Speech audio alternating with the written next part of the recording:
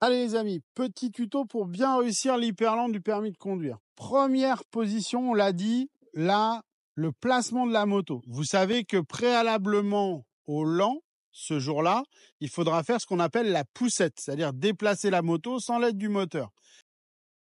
Allez ma Camille, donc la poussette, madame. Donc la poussette, ça consiste simplement en faisant une belle marche avant et puis une belle marche arrière pour repositionner la moto dans l'angle de la piste. Ouais.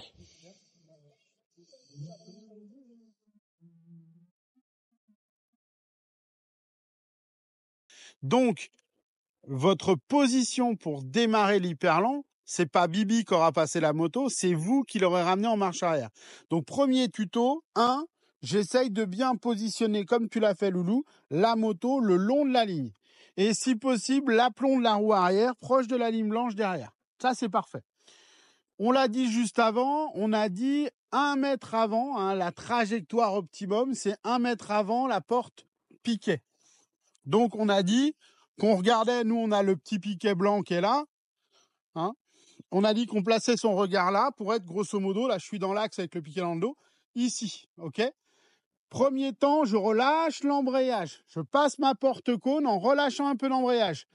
Dans le bout de ligne de petite courbe qui m'amène à celle-ci, je retiens mon embrayage pour pas qu'elle aille trop vite.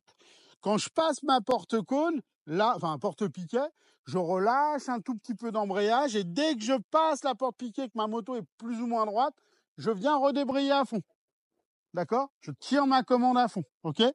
Et là, dès que je m'apprête à tourner, vu que l'équilibre, ben forcément, comme j'ai débrayé, je vais de moins en moins vite, donc j'ai de moins en moins d'équilibre. Dès que j'arrive au niveau de ma porte-piquet numéro 2, ben pareil, je relâche un peu pour récupérer un peu de motricité. Comme je prends de l'angle, ça m'aidera à garder l'équilibre. On est d'accord? Et une fois que je suis après la porte-piquet, avant la porte-cône, ben c'est là où il va falloir travailler vraiment le frein à pied pour diminuer ma vitesse de progression. OK? On va essayer de se faire ça, d'accord? Et placez bien le regard entre la porte-piquet numéro 1, la porte-piquet numéro 2, assez tôt vers le fond de la piste pour que votre regard vous aide à retrouver l'équilibre sur le dernier relâché.